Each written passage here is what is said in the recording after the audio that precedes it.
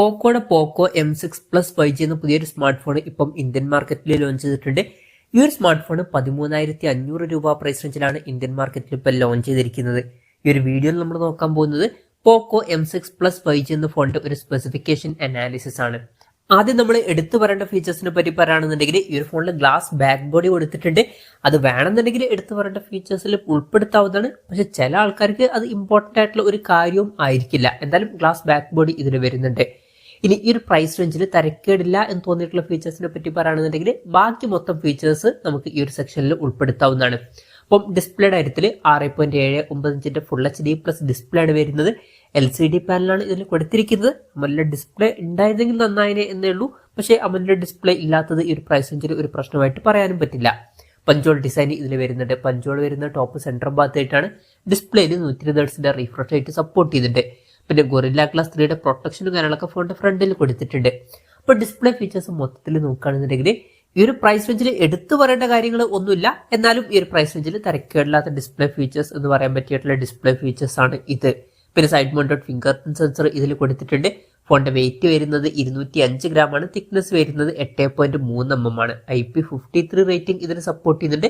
പിന്നെ ഈ ഫോണിന്റെ ഐസ് സിൽവർ അതുപോലെ തന്നെ ഗ്രാഫൈറ്റ് ബ്ലാക്ക്, വിസ്റ്റി ലെവൻഡർ എന്നീ കളർ വേരിയൻസ് ആണ് ഇപ്പോൾ ലോഞ്ച് ചെയ്തിരിക്കുന്നത്.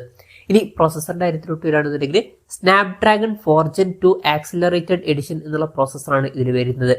ഈ ഒരു 13,500 രൂപ പ്രൈസ് റേഞ്ചിൽ ഇത് അത്യാവശ്യം തിരക്കേടില്ലാത്ത നല്ലൊരു പ്രോസസറാണ് എന്നൊക്കെ തന്നെ പറയാവുന്നതാണ്. അത്യാവശ്യം തിരക്കേടില്ലാത്ത ഈ ഒരു പ്രൈസ് റേഞ്ചിനൊക്കെ പറ്റിയിട്ടുള്ള ഒരു പ്രോസസർ ഇതിൽ കൊടുത്തിട്ടുണ്ട്. 5G സപ്പോർട്ട് വരുന്നുണ്ട്. 7ഓളം 5G ബാൻഡ്സ് ഇതിൽ കൊടുത്തിട്ടുണ്ട്. ബേസ് വേരിയന്റിൽ 6GB റാമും 128GB ഇന്റേണലുമാണ് വരുന്നത്. 8GB റാമും 128GB ഇന്റേണലുമായിട്ട് വരുന്ന ഒരു വെർഷനും വരുന്നുണ്ട്. LPDDR4Xന്റെ റാമും UFS 2.2 സ്റ്റോറേജ് ടൈപ്പും ഇതിൽ കൊടുത്തിട്ടുണ്ട്. മെമ്മറി എക്സ്പാൻഡ് ചെയ്യണമെന്നുണ്ടെങ്കിൽ ഹൈബ്രിഡ് സിം സ്ലോട്ടാണ് ഇതിൽ വരുന്നത്. അതായത് മെമ്മറി കാർഡ് യൂസ് ചെയ്യണമെന്നുണ്ടെങ്കിൽ യൂസ് ചെയ്യാം. പക്ഷെ മെമ്മറി കാർഡ് യൂസ് ചെയ്യണമെന്നുണ്ടെങ്കിൽ ഒരു സിം മാത്രമേ യൂസ് ചെയ്യാൻ പറ്റുള്ളൂ. വെർച്വൽ റാം എന്നുള്ള ഫീച്ചർ ഇതിൽ വരുന്നുണ്ട്. അതായത് എക്സ്ട്രാ റാം വേണ്ട സമയത്ത് ഇന്റേണൽ മെമ്മറി കുറച്ച് മെമ്മറി എടുത്തിട്ട് അത് റാമായിട്ട് യൂസ് ചെയ്യുന്നതായിരിക്കും. അങ്ങനെ 8GB റാം വരെ എക്സ്ട്രാ നമുക്ക് ലഭിക്കുന്നതായിരിക്കും. IR ബ്ലാസ്റ്റർ എന്നുള്ള ഫീച്ചർ ഇതിൽ വരുന്നുണ്ട്. ഈ ഫോൺ റിമോട്ടൊക്കെ ആയിട്ട് യൂസ് ചെയ്യാൻ കഴിയുന്നതായിരിക്കും. പിന്നെ 3.5mm ബോഡി ജാക്ക് ഈ ഫോണിൽ കൊടുത്തിട്ടുണ്ട്. ആൻഡ്രോയിഡ് 14 ബേസ് ആയിട്ടുള്ള HyperOS സോഫ്റ്റ്വെയർ ആണ് ഈ ഫോണിൽ വരുന്നത്. 2 കൊല്ലത്ത് OS അപ്ഡേറ്റും 3 കൊല്ലത്ത് സെക്യൂരിറ്റി അപ്ഡേറ്റ്സും കാര്യങ്ങളൊക്കെ ഇതിൽ ലഭിക്കുന്നതായിരിക്കും. ക്യാമറയുടെ കാര്യം പറയുകയാണെന്നുണ്ടെങ്കിൽ ഫോണിന്റെ പിന്നിൽ ഡ്യുവൽ ക്യാമറ സെറ്റപ്പ് ആണ് കൊടുത്തിരിക്കുന്നത്. 108 മെഗാപിക്സലിന്റെ f1.75 വരുന്ന മെയിൻ ക്യാമറ സെൻസറാണ് ഇതിൽ വരുന്നത്. ഇത് സാംസങ്ങിന്റെ HM6ന്റെ സെൻസറാണ്. പിന്നെ 2 മെഗാപിക്സൽ ഒരു സെൻസറും വരുന്നുണ്ട്. 108 മെഗാപിക്സൽ മെയിൻ ക്യാമറ സെൻസർ ഇതിൽ വരുന്നുണ്ടെങ്കിലും അൾട്രാ വൈഡ് ആംഗിൾ ലെൻസ് വരുന്നില്ല. അത് നമ്മൾ വലിയൊരു കംപ്ലൈന്റ് ആയിട്ട് പറയുന്നില്ല. ഈ ഒരു പ്രൈസ് റേഞ്ചിന് പല ഫോണുകളിലും അൾട്രാ വൈഡ് ആംഗിൾ ലെൻസ് ഇല്ല. എന്നാൽ ചില ഫോണിൽ അൾട്രാ വൈഡ് ആംഗിൾ ലെൻസ് വരുന്നുണ്ട്. പിന്നെ ഫ്രണ്ടിൽ 13 മെഗാപിക്സൽ സെൽഫി ക്യാമറ ആണ് കൊടുത്തിരിക്കുന്നത്. ഓൺ പേപ്പർ തിരക്കേടില്ലാത്ത ക്യാമറ സ്പെസിഫിക്കേഷൻ വരുന്നുണ്ട് എന്ന് പറയാവുന്നതാണ്. ബാറ്ററിയുടെ കാര്യത്തിൽ 5030 mAh ബാറ്ററിയാണ് കൊടുത്തിരിക്കുന്നത്. 33 വാട്ടിന്റെ ഫാസ്റ്റ് ചാർജ് സപ്പോർട്ട് ചെയ്യുന്നുണ്ട്.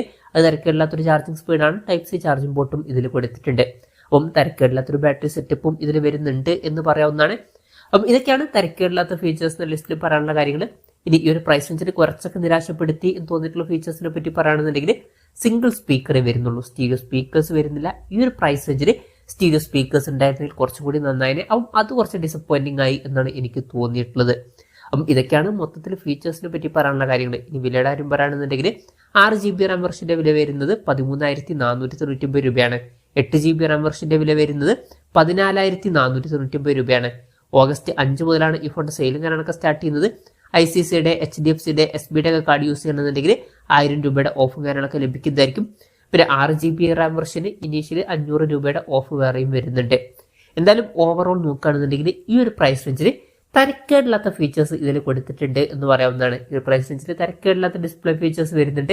തരക്കേടില്ലാത്ത പ്രോസസർ കൊടുത്തിട്ടുണ്ട്. ഓൺ പേപ്പർ തരക്കേടില്ലാത്ത ക്യാമറ സ്പെസിഫിക്കേഷനും അതുപോലെ തന്നെ ബാറ്ററി സെറ്റപ്പും ഇതിൽ വരുന്നുണ്ട്. ഈ ഒരു പ്രൈസ് റേഞ്ചിൽ എൻ്റെ ഒരു അഭിപ്രായത്തിൽ ഒരു ആവറേജ് ആയിട്ടുള്ള ഫീച്ചേഴ്സുമായിട്ട് വരുന്ന ഒരു ഫോണാണ് ഈ ഫോണ് എന്നൊക്കെ പറയാവുന്നതാണ്. അത്ര മികച്ച ഫീച്ചേഴ്സ് വരുന്നുണ്ട് എന്ന് പറയാൻ പറ്റില്ല, എന്നാൽ വളരെ മോശവും എന്നും പറയാൻ പറ്റില്ല. ആവറേജ് ആയിട്ടുള്ള ഫീച്ചേഴ്സ്.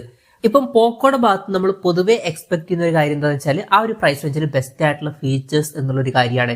ഇപ്പം പോക്കോയുടെ പല ഫോണുകളിലും അങ്ങനെയാണ്. ആ ഒരു പ്രൈസ് റേഞ്ചിൽ ബെസ്റ്റ് ആയിട്ടുള്ള പ്രോസസറും അതുപോലെ തന്നെ മികച്ച ഡിസ്പ്ലേ ഫീച്ചേഴ്സ് ഒക്കെ വരാറുണ്ട്. പക്ഷേ ഈ ഒരു ഫോണിലോട്ട് വരുമ്പോൾ അങ്ങനെ ഹൈലൈറ്റ് ആയിട്ട് എടുത്തു പറയേണ്ട ഫീച്ചേഴ്സ് ഒന്നും ഉള്ളതായിട്ട് തോന്നിയിട്ടില്ല. Average display features, average processor, average camera specification, അതുപോലെ തന്നെ ആവറേജ് ബാറ്ററി സെറ്റപ്പ്, അത്രേ ഉള്ളൂ. അങ്ങനെ എടുത്തു പറയേണ്ട ഫീച്ചേഴ്സ് ഉള്ളതായിട്ട് തോന്നിയിട്ടില്ല. ഇപ്പം ഞാൻ പോക്കോയുടെ ഭാഗത്തു നിന്നൊക്കെ 13,500 രൂപ പ്രൈസ് റേഞ്ചിൽ എക്സ്പെക്ട് ചെയ്യുന്ന ഒരു കാര്യം എന്താ വെച്ചാൽ അമോലെഡ് ഡിസ്പ്ലേയുമായിട്ട് വരുന്ന അതുപോലെ തന്നെ അത്യാവശ്യം നല്ല 5G പ്രോസസ്സറുള്ള ഒരു ഫോണാണ്. ഈ ഒരു പ്രോസസ്സർ മോശമാണെന്നല്ല, എന്നാലും ഒരു അമോലെഡ് ഡിസ്പ്ലേ അതുപോലെ തന്നെ എന്തെങ്കിലുമൊക്കെ എക്സ്ട്രാ നല്ലൊരു ഫീച്ചറും കൂടി ആഡ് ചെയ്യായിരുന്നു എന്നാണ് തോന്നിയിട്ടുള്ളത്. അപ്പം മൊത്തത്തിൽ നോക്കുമ്പോൾ തിരക്കില്ലാത്ത ഫീച്ചേഴ്സ് വരുന്നുണ്ട്. പക്ഷെ പോക്കോയുടെ ഭാഗത്ത് നിന്ന് കുറച്ചും കൂടി ബെറ്റർ ആയിട്ടുള്ള ഒരു പ്രൈസിങ് അല്ല എന്നുണ്ടെങ്കിൽ കുറച്ചും കൂടി ബെറ്റർ ആയിട്ടുള്ള ഒരു ഫീച്ചേഴ്സ് വന്നിരുന്നെങ്കിൽ നന്നായേനെ. ഇപ്പം ഈ ഫീച്ചേഴ്സ് ആണെന്നുണ്ടെങ്കിൽ ഒരു 11,000 രൂപ പ്രൈസ് റേഞ്ചിലൊക്കെ ആയിട്ട് വന്നിട്ടുണ്ടായിരുന്നെങ്കിൽ നന്നായേനെ. അല്ല, ഈ ഒരു പ്രൈസിംഗ് ആണെന്നുണ്ടെങ്കിൽ അറ്റ്ലീസ്റ്റ് ഒരു അമോലെഡ് ഡിസ്പ്ലേയും കൂടി ഉണ്ടായിരുന്നെങ്കിൽ കുറച്ചും കൂടി നന്നായേനെ. എന്തായാലും ഇതാണ് പോക്കോ M6 Plus 5G എന്ന ഫോണിനെ പറ്റിയിട്ടുള്ള എൻ്റെ ഒരു അഭിപ്രായം. തിരക്കേടില്ലാത്ത ഫോണാണ്, പക്ഷെ പോക്കോയുടെ ഭാഗത്തുനിന്നായതുകൊണ്ട് കുറച്ചുകൂടി ബെറ്റർ ആയിട്ടുള്ള ഫീച്ചേഴ്സ് ഉണ്ടായിരുന്നെങ്കിൽ നന്നായേനെ എന്നാണ് തോന്നിയിട്ടുള്ളത്. ഈ ഒരു ഫോണിനെ പറ്റിയിട്ടുള്ള നിങ്ങളുടെ അഭിപ്രായം ജസ്റ്റ് ഒന്ന് കമന്റ് ചെയ്യുക.